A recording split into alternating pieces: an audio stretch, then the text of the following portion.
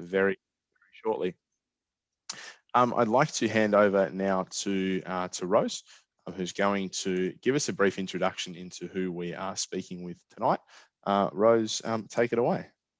Thank you very much for that. Sorry about my voice. I've been trying not to use it too much today, and so it's a little bit croaky, but that's okay. We'll get there. So I'd love to welcome our two CEOs tonight who have an amazing wealth of background and just an exorbitant list of skills beneath their names. And I'll introduce them briefly, but I think over the course of the evening you'll get to see a lot of their background coming forward in the discussion. And I'd also invite them to give me just a little personal introduction for each of them as well. I know when you're sort of joining a session like this, it's nice to talk about yourself because you know yourself the best, and sometimes some of the stories don't come across in your CV. So I'd love you to do the same, both Mohammed and Wendy.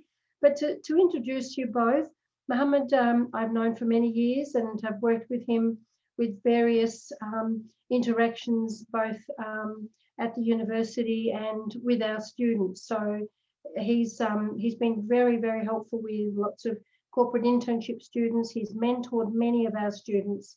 He's been a part of the MBA program, helping with a virtual study tour that because of COVID, we couldn't go anywhere. So we sat here and we got speakers involved to tell us their experiences, and from all over the world and from our local talents such as Mohammed from Tasmania.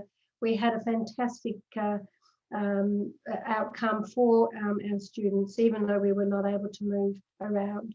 Mohammed has got a fantastic background. He's a conscientious, community-minded CEO. His aspirations and looks after the people around him with absolute exemplar care. And I think that is one of the things that make him one of the best CEOs in particularly the area that he works in. And also for any area, for any CEO, that sort of personal and understanding of people and the way you work with your community and your stakeholders is absolutely key to the success of the business. And so we'd welcome Mohammed. I'll let him talk about himself in a moment as well. Wendy is also an amazing person. She has been helpful for a lot of our students across many years. She's looked after a lot of internship students. She's been there with our as an advisor to all sorts of different aspects of the course, the level of teaching, what it is that we need in Tasmania. She's a very, very active person in the community. Her ability to look after her organisation is also, again, a fantastic indicator of her management style, her leadership style, her entrepreneurial spirit, and the way everybody just immediately knows of Wendy when we talk about her in any industry sort of get together. It's a very good indicator of her reach across Tasmania and further afield. Again, the area that Wendy works in is very community minded, and that again is an indicator of her worth in our I guess our investment in community, which of course is the university's main area of our processes, and what we're trying to do is to engage the community and educate. And so Wendy is an educator, as is Mohammed, and so both of them are wonderful examples of CEOs. So I would think, ladies first, can I please ask Wendy, would you mind giving us a short introduction of your own background? Thank you. Thank you, Rose. That was very nice. Thank you. I've been working in community sector organisations of one sort or another for most of my adult life. I've worked within the business sector, but I wanted to get out of it and work in the not-for-profit or not-for-loss, as we often say now. So I had a career goal to be a CEO by the time I was 50, and I managed to get there at 48 and a half. So that to age me, that's been 11 years. it's one of those situations that I often describe that choice in my life as be careful what you wish for, because a CEO role is quite it's quite dynamic, quite complex. But I think for me, one of the key factors in everything that I do, and particularly my role as CEO, is just to work from a place of kindness.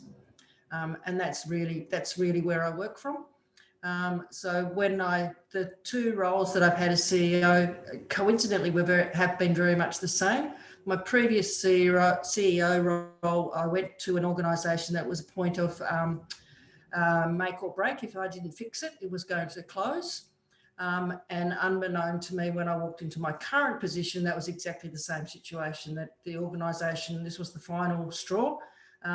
If the organisation didn't turn itself around significantly, then it was going to close its doors. So I didn't know that when I applied and might have applied differently if I did. But I'm a Tasmanian born and bred. I come from convict stock, and so my mum was from convict stock, and my dad was a Dutchman who came out after the post-Second World War from a prisoner of war camp. So we've got a really mixed bag. So I've got a very much heart and a passion for trying to make a difference, and for recognising the uniqueness of working in an island state, and the incredible importance of maintaining the island image, and also focusing on everything that we do, staying in Tasmania for the sake of Tasmanians. So I'm a mum of 2 adult children and the incredibly proud grandma of 2 children. And I have a new puppy dog that I'm hoping will be quiet, but she has a knack for knowing when Zoom meetings happen over the last period and decides that it's time to come and have a chat. But at the moment she's chasing flies, so hopefully she'll stay that way. So that's a little bit about me. Thank you so much, Wendy. That's fantastic. And yes, what's your dog's name? Nilla, and she's a border collie. So okay, she's 9 months old, so she's very active. She was a pre-COVID dog. She wasn't a COVID puppy. She was a pre-COVID, but she's a border collie, so they're pretty full on. Lots of brain stimulation collies need. Yeah. Yeah, lovely. Thanks, Wendy. Thank you very much. Mohammed, could you please introduce yourself? Sure. Thanks, Rose, and hello, Jack and Wendy, and thank you for the opportunity. And Rose, thank you so much for your kind introduction. So my name is Mohammed Aldagam, and I'm the CEO of Variety, the children's charity Tasmania. I've been the CEO for just over 2 years here with Variety. Before that, my work experience has all come from corporate background, particularly in tourism and hospitality sector, managing and working with different hotels and organizations in Tasmania, Brisbane and overseas. I suppose joining a not-for-profit, as Wendy said, it's something I think you either have from the get-go, or you just acquire as you go, and you see how businesses work and how the community engage and work with each other. And I'm certainly one of the second group in terms of getting more exposed to community organizations and community initiatives, and finding my passion growing as I learn more about this sector. But having said that, before my current paid job with Variety, I was involved with other not-for-profit organizations as a volunteer board member, vice chairman and chairman with a couple of organizations. And then again, that gives you another perspective and you know, a deeper understanding of the challenges, frustrations, but also the opportunities, which I always try to look for. I moved to Tasmania in 2009 for a 12 months sea change from Brisbane. Never looked back. So that's been 11 years. I came with my girlfriend, and now I have her as my wife and the mother of my 2 children. They are two young boys. Before that, I lived in Brisbane, but I was born and grew up in in Jordan, a small country in the Middle East, and I moved to Australia back in 2003. Tasmania, to me, I really say I found Australia, and Tasmania certainly found me.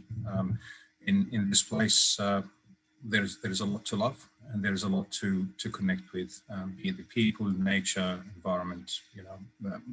There's a lot going for this place, and I think we take a lot for granted. So that's my story with Tasmania. And in terms of the work and what we do,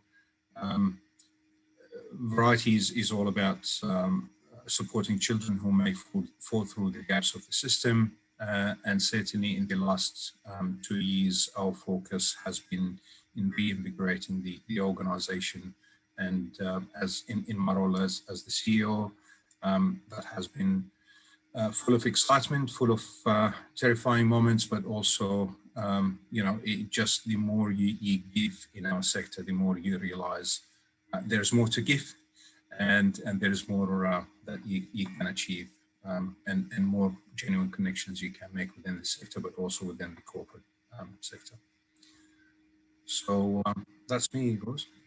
Thank you. Thank you very much, Mohammed. That's lovely. Thank you. Thank you both. I'll turn over to Jack now. Jack's leading the way. Yeah, absolutely. No, that's okay. These are some fantastic introductions, and again, thank you very much for both taking time out of your day. I know, especially sort of later in the day, I can both imagine you've had potentially days full of meetings, or just genuinely busy days, especially heading into to December in a capping off a very extraordinary year. I'm not going to say unprecedented, because I've heard it enough and I'm a bit over it. So we'll jump into some discussion now. Rose has curated some scenarios that we are going to ask Wendy and Mohammed about. If I can get this PowerPoint to go to the next slide, perfect. So the first sort of question, Rose, you posed, and jump in here if there's anything you'd like to add or tweak to this. But as a CEO, what would you do if one of your staff told you that they were aware of one of the members of the board speaking about the organisation's financial situation at a recent event? Wendy or Mohammed, does anyone in particular want to jump onto that one first? Oh, I'm happy to. Yep, I'm happy to. One of the things about not-for-profits is that their financial situation is open for anybody to find. So the ACNC is the charity portal that all charities need to report to, and they report their financials and things to it. So most people can access the financial situation of charities through that portal anyway. So, and one of the other misconceptions that's out there sometimes is that sometimes CEOs are not responsible for the governance of an organisation, the board is. So if issues come up around governance, one of the things that I find that I'm constantly doing is reminding boards that I'm operational in their governance. So we need to stay in our own lanes. And sometimes that's a little bit tricky for boards sometimes, because they'd like CEOs sometimes to do some of their work because they're volunteer based. So it's a really interesting balance to try to work with a board which is predominantly volunteers, but also remembering that I'm accountable to the board and my role is not governance. So my question would be around, my response to this would be around what is it that they've said? If it's just, for example, Epilepsy Tasmania's just received confirmation that it's getting state government funding for the next 12 months, then that's a great story to share. So yes, please, board members, share it.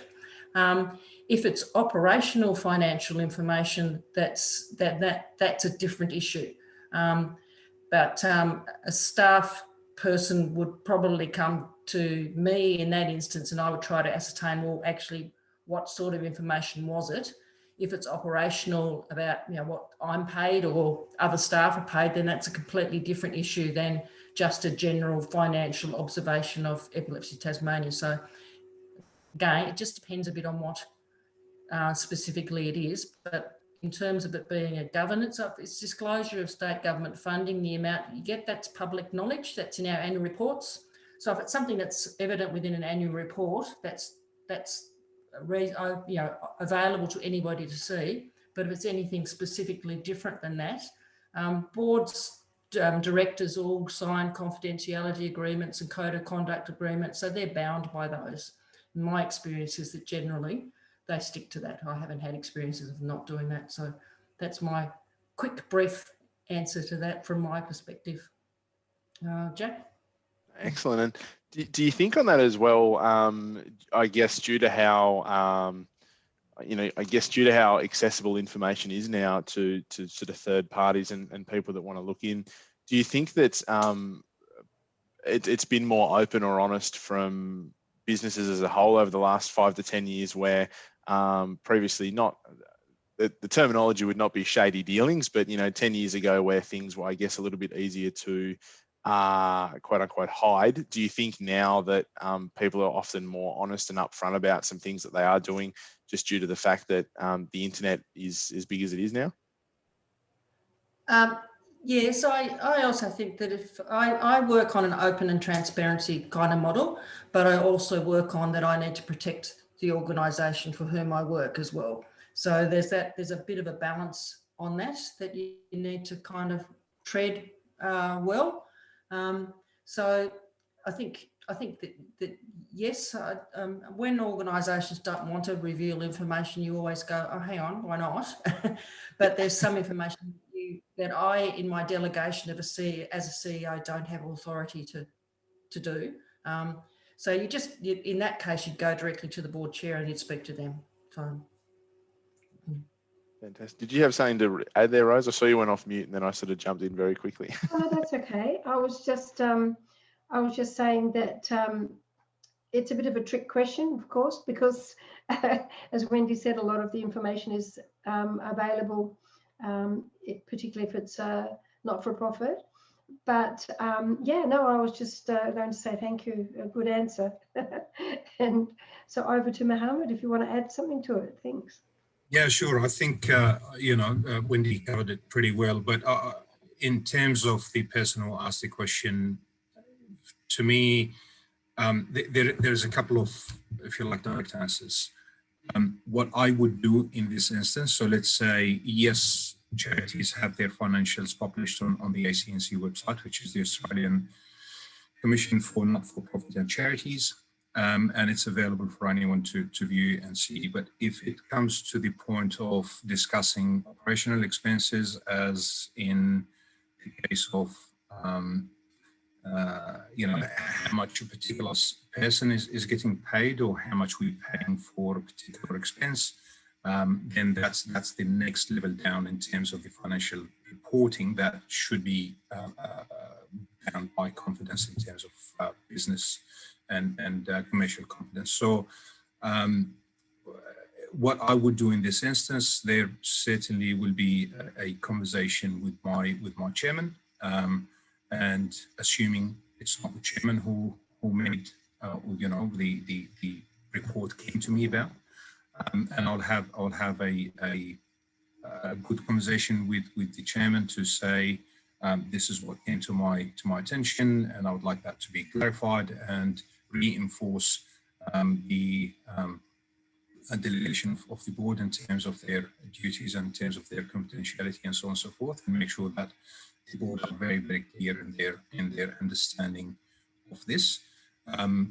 If the issue was, so this is assuming it's a best case scenario and happen unintentionally and randomly, but in the case that there might be a malicious intent behind it, or my relationship with my chairman is rocky, or the person who actually said those things was my chairman, then the approach will have to be definitely different. So I would go to the vice chairman in this instance. I could convene a meeting with the vice chairman as well as the treasurer, as an office bearer, or the secretary, and we'll have that discussed. I think from a CEO point of view, that's my belief. We owe it to ourselves to make sure that the organization at the end of the day is very solid in the way it's been projected in the market and amongst other organizations, but also amongst the corporates, because the downfall for an organization like a not-for-profit, a small not-for-profit in particular, can be very, very quick and very, very steep in terms of, particularly in a place like Tasmania, where, you know, we are small and the word gets out really, really quickly. So you really, really have to step in and put your foot down very quickly, very professionally, but very firmly in terms of clarifying things, getting to the bottom of it, and make sure that it doesn't happen, but also backtrack what has taken place, if anything, and make sure you rectify the issue where it happened before it actually gets Chinese whispered. You make a great point there, especially with Tasmanian networks and just being, I guess, small. I think it's everyone seems to know everyone, especially from a local context. In Tasmania being this small island, like you said, sometimes it is setting the truth straight as well before it does get around and twisted via those networks, social media, etc. Exactly. Can I add to what you're saying? Oh, sorry, Wendy. Yes, off you go. Sorry, just the one thing I would often say is that I've always said is that the relationship between the chairperson and the CEO is critical. If that relationship is not tight and you're not communicating on the same page, if you like, and understanding what each other's specific roles are and respecting that, then that's when, in my experience, things go wrong.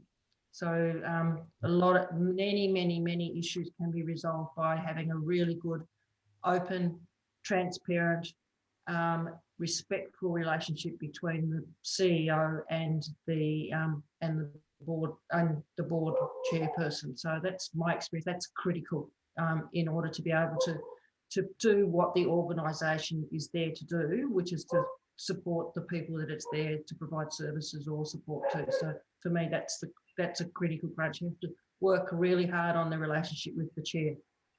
To make sure that you both understand each other and understand how to communicate.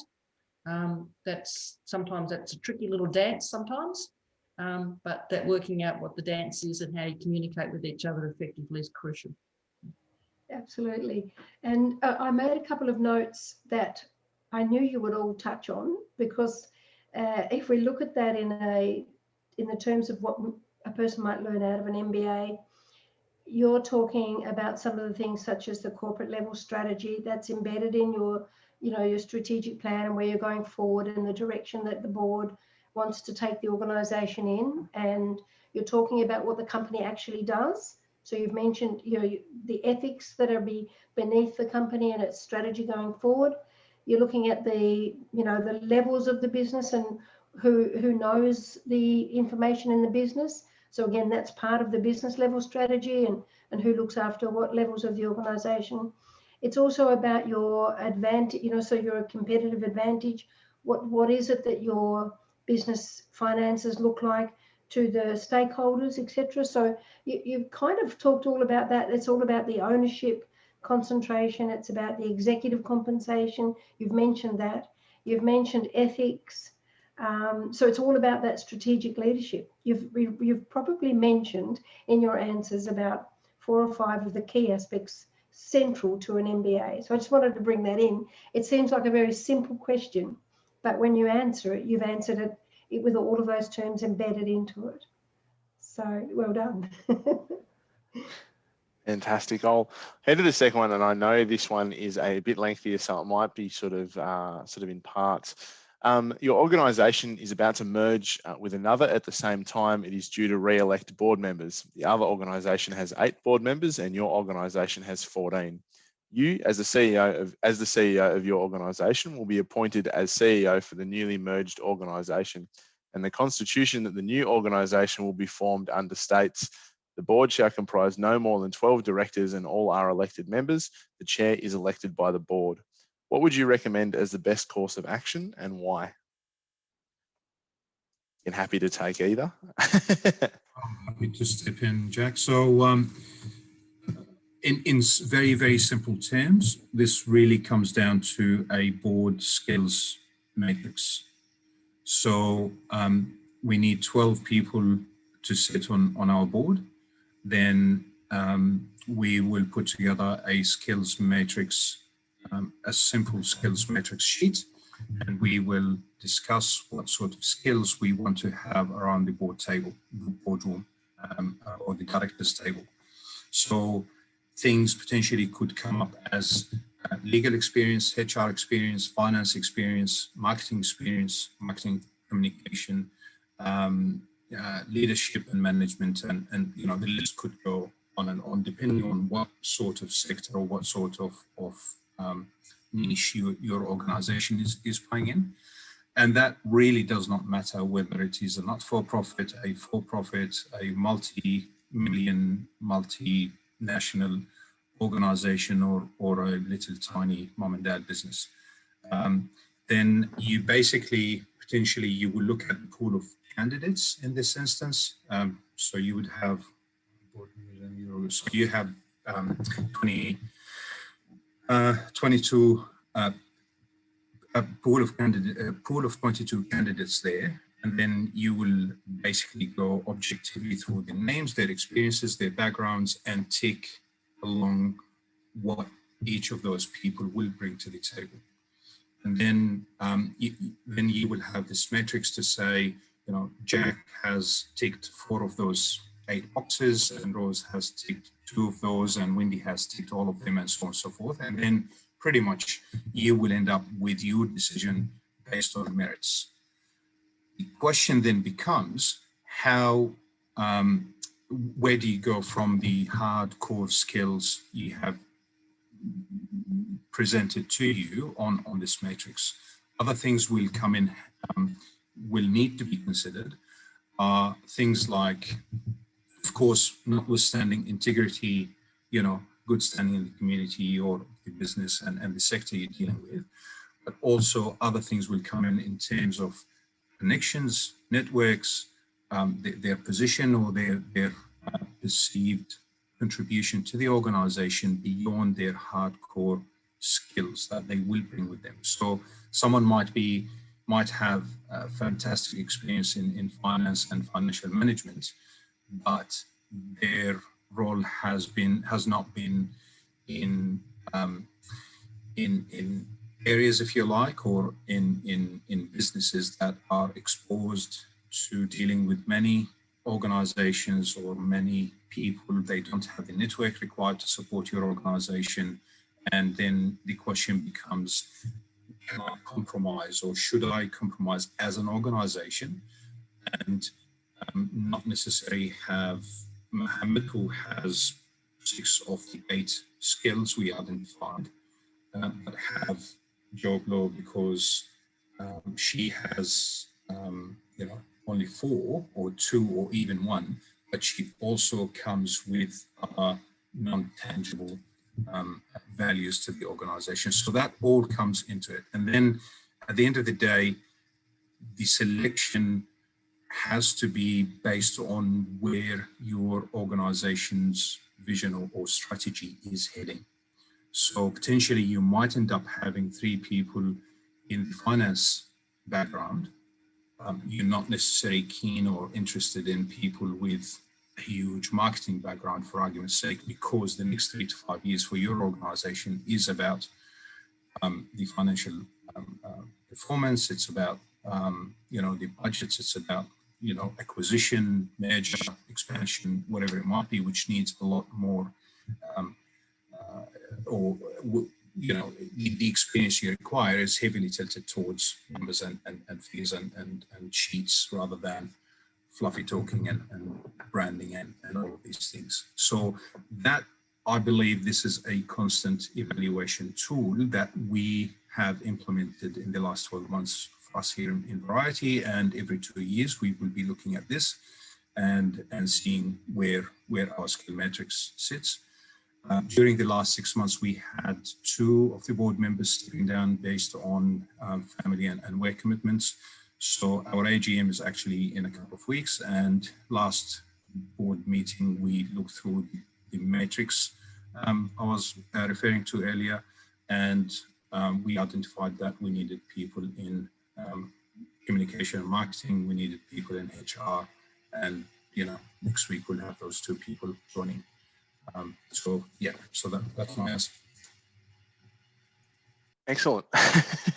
Do you think, and this is probably a curiosity thing, because I guess looking at that situation and potential feedback, given that one sort of organisation has had 8 board members and the other has 14, and that obviously forms 22 that need to go into 12, is there any sort of, would you feel any sort of pressure that you might need to try and take almost 6 and 6, so 6 from one and 6 from another, so other sort of board members are not feeling like there's any sort of prior bias at all, or is that not something that comes into effect, do you think?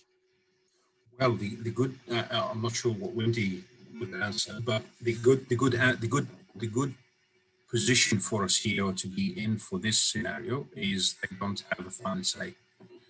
So, it is the chairman and the executive board members' decision at the end of the day, or the board as a collective.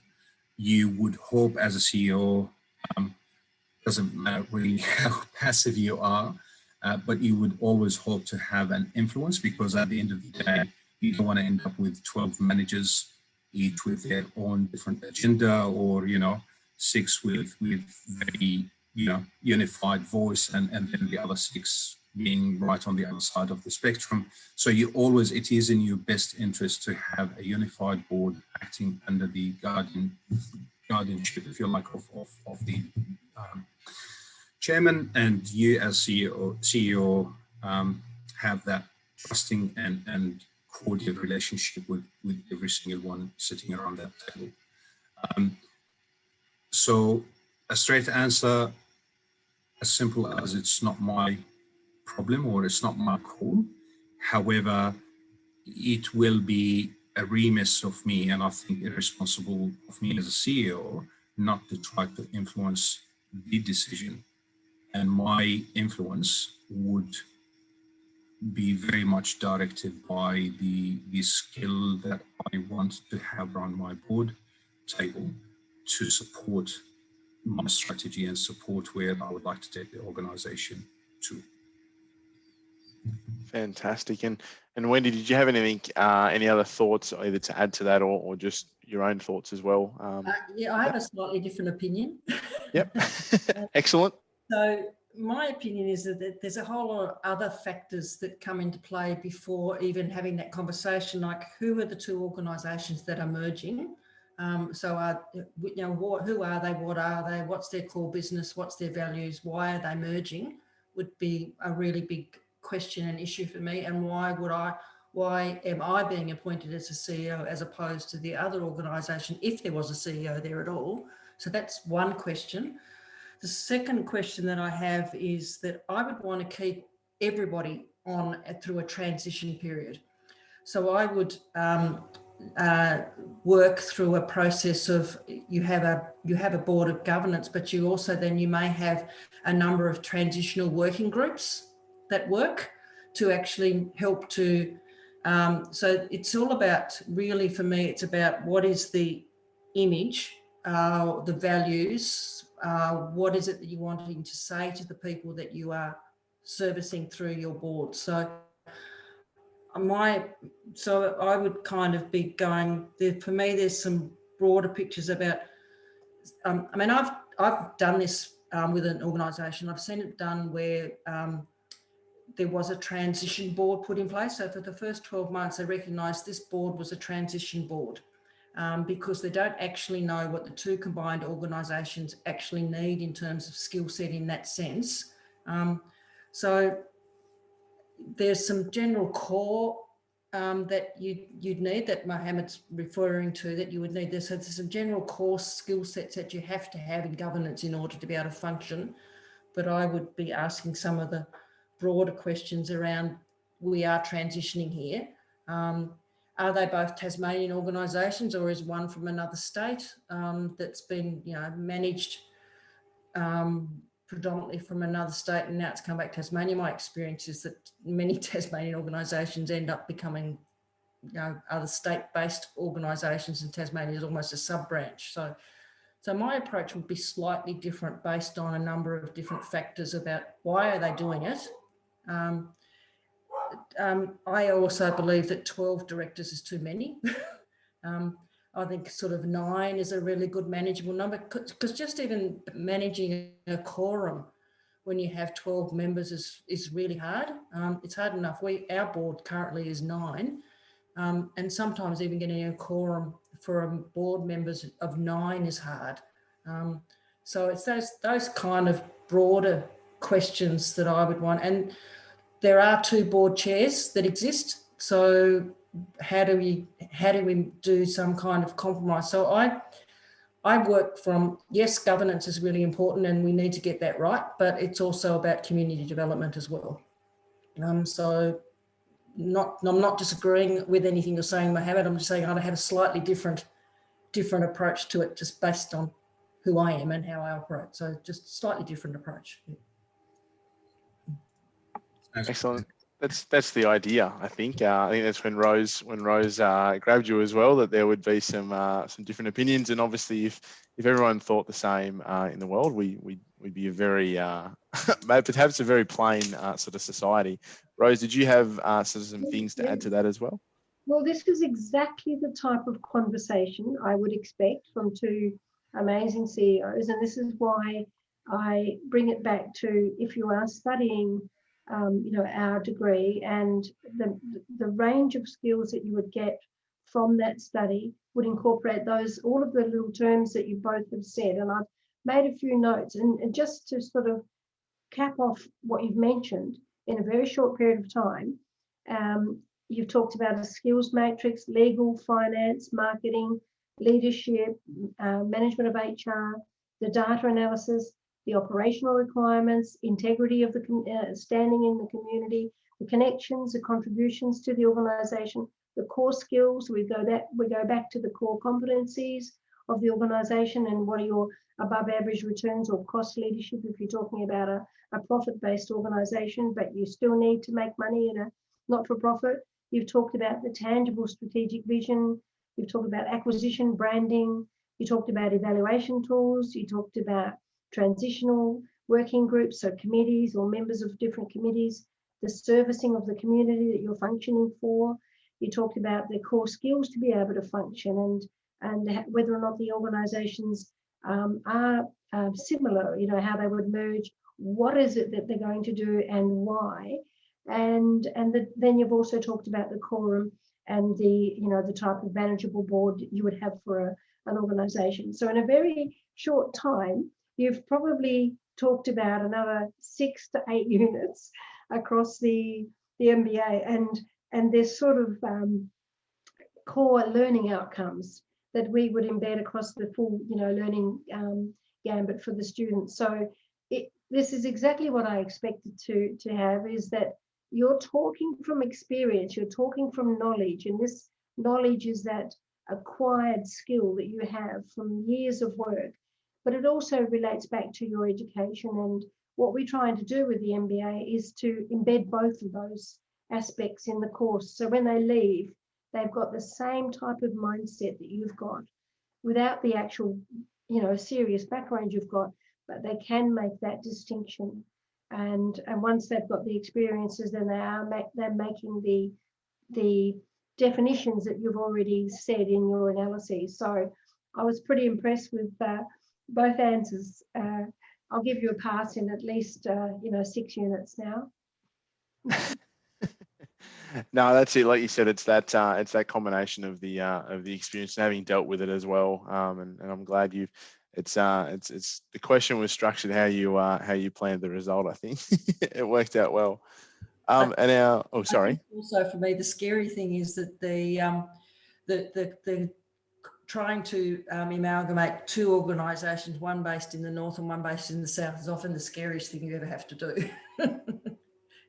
So. Yeah, absolutely. It's one full module in the MBA. Yeah. Fantastic. Well, I'll jump to our third scenario. I know we time-wise we're progressing okay with some information at the end as well. But the third and final scenario here, and again, jump in with any questions in the chat down there as well. If you do have any questions about these scenarios or the course, anything like that in general, we're happy to ask away. But the third scenario You are the CEO of a company that is a listed company and it owns and operates a chain of 20 restaurants across Australia, except Western Australia. The board decided to expand the company into Western Australia and to borrow the finances to do so, and the board appointed a committee to handle the expansion. The committee must have 75% agreement to move on an option. The details for expansion, including financing, were disclosed on the ASX. The expansion took place, and you find out that one of the committee members' sisters owned one of the restaurants that was purchased. Shareholders were not happy with the purchase as the result has not returned a positive result, and there have been complaints to ASIC. What do you do?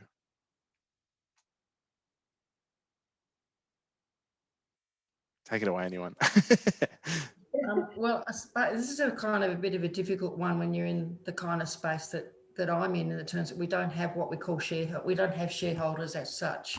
But I think what it brings to mind for me is that one of the big issues that I constantly find is that people kind of say we have to declare conflicts of interest. I think the reality is that there is always a conflict of interest. There is always someone who knows someone who knows someone who does something to somewhere and wherever. So particularly in Tasmania, I think we get a bit frightened of conflicts of interest rather than acknowledging that they exist. And the most important thing in this kind of scenario, as I'm trying to reflect it into my kind of space, it's actually how you manage the conflict of interest that matters the most, because the reality is it's always going to be there. So you will always, as we've talked about before, it's Tasmania, someone knows someone who knows someone who knows someone. So there is always going to be a conflict of interest. And to me, the whole communication around that, how we communicate it, how we manage it, how we acknowledge the fact that the conflict of interest is there. I think if you name it up, that's the most important thing, is to actually name the fact that there is an issue here in this sense. I'm not sure what shareholders are not happy with the purchase of the restaurant has not returned a positive result actually means in that sense. But as I've tried to interpret that into my space, it's more about, well, hang on a minute. Somebody, this person on your board knows this other person, and how do you manage it? And so I've been in many situations where there's been a conflict of interest that's arisen. I have conflicts of interest that arise even in terms, so through COVID, for example, we've had two of our board members who have stepped down from their role because they've been involved, they are state government employees who have been involved in some of the aspects of the COVID recovery program, and they've had to step down. So it's actually how you manage it and how you communicate it that I think is most important. But also you need to have the general complaints, grievance, policies and processes in place. The policies and processes are really, really important. So again, if you're open and transparent about what those policies and processes and procedures are, and your board follows them, then a lot of the time that works with it. So I kind of struggled a little bit with this one because it's a bit outside the scope of what would happen for me, but I've kind of thought, okay, well, laterally, how can I think about how this might exist within my organisation? And that's kind of where I've landed on it. So that's me. Excellent answer.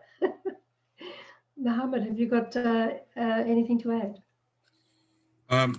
Yes, so I think, to me, I suppose I looked at it from a different perspective to Wendy, in terms of, if I was in the ASX listed company and this scenario presented to myself, what would I do based on my current experience or based on my experience? And I think to me, the scenario is full of questions rather than being a straightforward one, because it really does depend on, as Wendy touched on, was there a declaration of conflict of interest?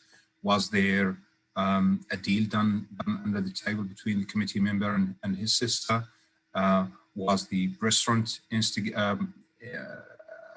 performance, I suppose, was it analysed and went through the rigor that I would expect my company to do for any new acquisition? And if so, what happened between you know, the results of the analysis we've done versus the accounting and business. So I think, although it sounds very, you know, tempting to say, oh, well, you know, the committee member must have done something wrong by the company, but it, on face value, is still not necessarily a straightforward scenario. So there's a lot to it. And if the case was, it's as simple as it sounds, where a committee member benefited his sister for potentially another benefit for him or herself, then clearly there's an investigation, and I would be leading, playing a leading role in terms of coming to the bottom of this investigation, collaborating with ASIC and whoever regulator we need to do. If the issue was, it was just a simple business downturn, you know, take for example COVID. Shortly after we took over that restaurant, COVID hit us, and the business went downhill from there, and as a result we had to close down. Then clearly the committee, and still there has been a declaration of conflict of interest, and everything has been done very clearly above board, then it's a very, very different scenario.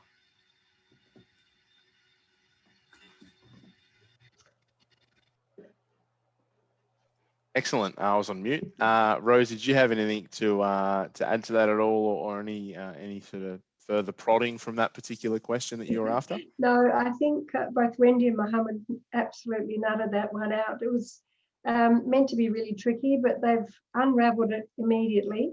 And again, I think this indicates that what they've done is they've not been swayed by the inferences in the scenario. I have not tricked them at all.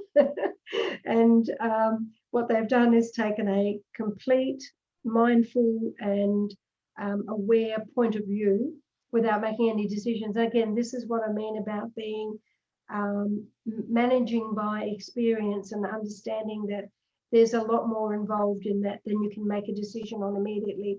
And so neither Wendy or Mohammed took the bait. They both came back with fantastic answers again, and again highlighted things such as immediately managing conflict of interest, transparency, communication, investigation, what is actually going on here, and analysing the performance of the business and the merging and whatever, or whatever the business was purchased at least, and collaborating with ASIC. I mean, in a very short time, they've demonstrated the, you know, the answers that could possibly apply, and that's what it's all about. So, pretty good answers. Oh, fantastic. And I will jump just across to our next slide that, again, Rose, might be a little bit for you just in regards to the course overview. I know you've spoken at sort of where these particular scenarios are fit in a little bit with the MBA, and potentially you've covered that. Is there anything else you would like to add about the particular course, or about what might be covered that sort of isn't listed there, or that you've just spoken about in regards to those three different scenarios? Yeah, so I need to say that, look, both Mohammed and Wendy have really talked about a lot of these units in a sense just quickly, and if we'd spent a lot longer on maybe more complicated scenarios, that a lot of these terms and aspects of these units would have been woven into their responses, because essentially at the end of the day you are looking at all of these aspects when you're making a decision. And they've both demonstrated that very well, that you don't make the decision in isolation. And so I guess if I emphasise that when you've done an MBA, you are walking away with a generalist management ability to understand facets of the organisation that you need to know to analyse and make decisions. You're not going to be an expert in any one field, but that's not what you need to be. You need to be able to look at all of these aspects that I've listed there, and they are just some of the core outcomes of the MBA. And when you've got that sort of generalist base level understanding, you're going to make a very good CEO or manager or an employee. So, I just wanted to show by giving these couple of very short scenarios that both Wendy and Mohammed have really touched on a lot of these, what would be the core units of the MBA. Thanks. Excellent. And as I said, if there are any questions, please float those through over the next sort of couple of minutes. I will just quickly just show you as well a few things in relation to the actual application side of things. If you are sort of looking at applying at the moment. So applications are made directly through us. If you are interstate at all, we don't sort of go through any admission centres. It actually just goes straight through the University of Tasmania website. And normally, although our design might change on the sort of front page here, we normally will have a big red button that says apply here, which is nice and easy to find. Or normally somewhere up the top here in this top bar, you'll also see apply now, which would sort of garner the same result. There are a few ways you can go through here as well. Typically by going through the undergraduate applicant portal, that will still guide you towards just the general application form. And again, another red apply now button would lead you to a page that looks something like this. And obviously it'd be a new applicant. And these sort of details are just what's required at first.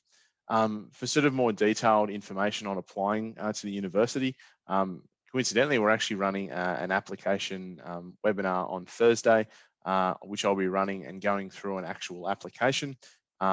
This will be recorded as well. So if you are viewing at the moment and want to find that, that should be on our events page on the UTAS website. You can register for that, no pressure to attend. As I said, it will be recorded and sent out, so you can access that at your own time, as it is over lunchtime as well. So that is a resource available, as well as getting in touch with us. If you'd like to speak further to Rose, if you'd like to speak further to myself or sort of someone within this area, we can in fact arrange that sort of via Zoom, via phone call, and hopefully sort of via face-to-face where possible at the moment. We're obviously enforcing, I don't know if enforcing is the right word, but social distancing policies and things like that on campus. And we are aiming to be, back to the COVID normal or the normal at the start of next year for semester one, which segues perfectly just into just some key dates as well, always to keep in the back of your mind. A lot of people often do ask, when do I need to apply? When do applications close? They don't close as such. They more so will get to this 22nd of February 2021 when semester one does commence. Students can tend to apply up until around then. However, obviously, if you want to be organised and sort of be ahead of the curve, we like to recommend applying sort of any time from now.